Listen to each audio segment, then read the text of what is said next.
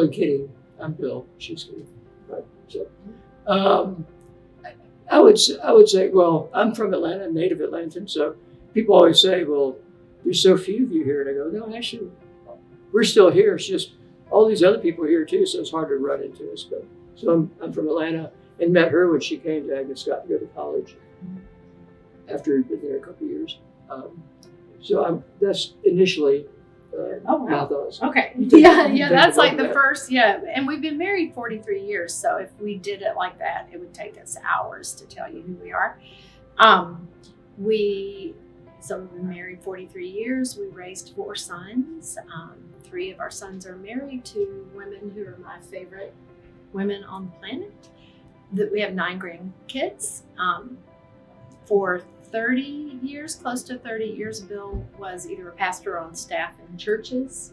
For the last 13 years, his investment has been more in individuals and smaller groups of people. I started a nonprofit close to 7 years ago. So we flipped roles a lot.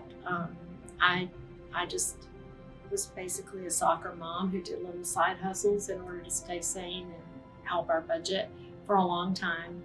And then now I'm probably in more of a heavy duty leadership role. But that's us. And I would say we were talking about this today. I think we're on the same page about some big things in life.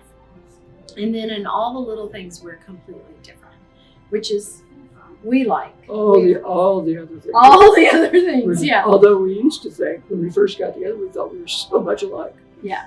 And that was a rude awakening later on when we realized we're not alike. Yeah.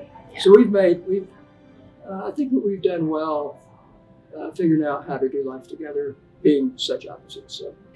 We were saying today that, like, we've been in that the season of raising a bunch of kids and having a house that's never completely clean and a schedule that's never actually doable. They have to do it anyway.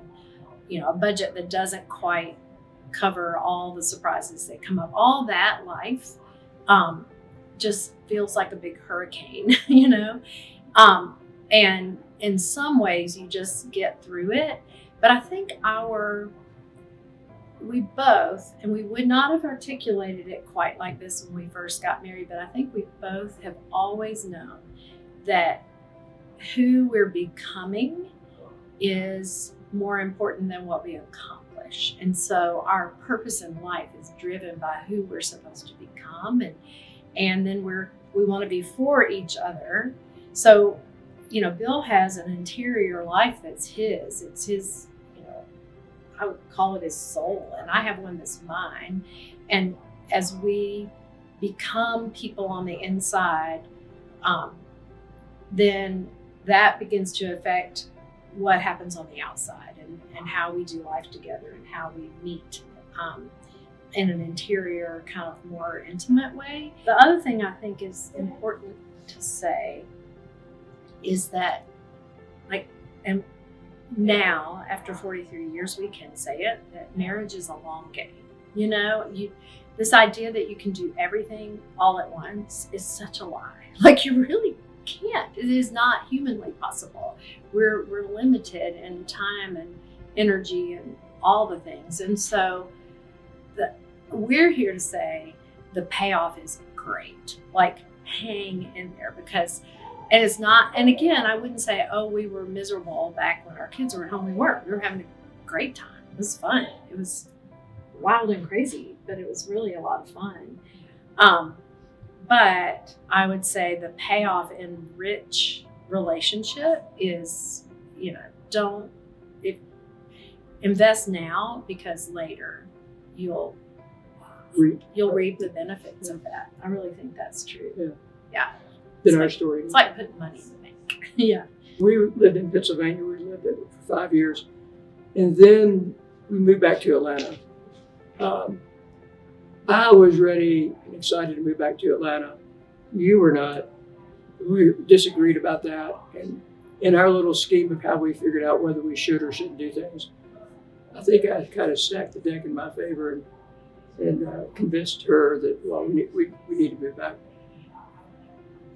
Kitty is buoyant, but there was a season in our lives, in our marriage for, I'm not sure how many years that went on. Several years, yeah. But she actually flirted with depression. And I've never seen that way, but it was such a difference in our relationship, a difference in, we made a decision and I won that decision. And from that, by the way, we figured out that marriage is a team sport, and it doesn't work if one person's going for a win and the other person's going for a win, and then you're at loggerheads about that. You either win as a team or you lose as a team. You don't end up with a win-lose, because if she loses, in the long run, we both lose. Or if I lose, in the long run, we both lose, even if it feels like a win for the other person. So we struggled for 2-3 years. That impacted us, maybe longer. There's some contentiousness there. There was just, we weren't totally happy and together as a couple. And it took us a while to talk through that. And that's what we bumped on today on the way here. We realized, I'm not sure that we've totally resolved that. That was 20 years ago or 30 years ago. So anyway, but we usually find a way to come to agreement and push to do that. And in that case, that was probably one of the more treacherous parts of our marriage, is trying to navigate that at the time. Yeah. And it wasn't obvious. You know what I mean? What my not wanting to do it was obvious. And then there were just, life is happening around you. And there were some things happening with our kids and with life and with everything that made it harder also. Yeah. And you just have seasons where you get piled on, right? And that was one of those seasons for us. And we weren't together completely in that when you're under stress, and we had a lot of external stress, and you're not together, that's a horrible place to be in a relationship. I would also say in our 4+ decades, we look back and we have relationships from every season, because we've lived a lot of different places.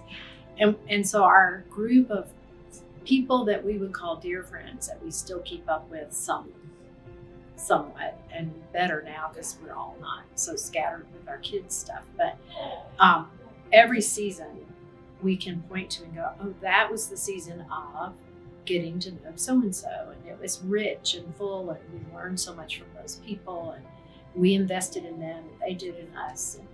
And that season doesn't have that. It's like a little bit of a black hole. And I realize that's sort of the fallout of not being flourishing together. Then your flourishing doesn't spill out on other people quite as much. I have this little analogy that I use about couples comparing their marriage, their relationship, to a tennis match. And most people, when I bring that up, they acknowledge that they were thinking about, okay, I'm on one side of the net and my spouse is on the other side of the net. And hopefully, if we're getting along, then we're just kind of lobbing the ball back and forth, hitting it to the forehand, easy shots, until somebody gets hurt or mad, and then all of a sudden they're putting extra zing on the ball, and now they're playing for keeps. Marriage is a team sport. It's not a singles match where you're on the other side of the net. For me, we're a doubles team. So it's getting on the same side of the net, and now, rather than her being the adversary, my adversary that I'm trying to beat, we are working together as a team to try to take on life and beat it together, and figure out how we can be a team together rather than adversaries.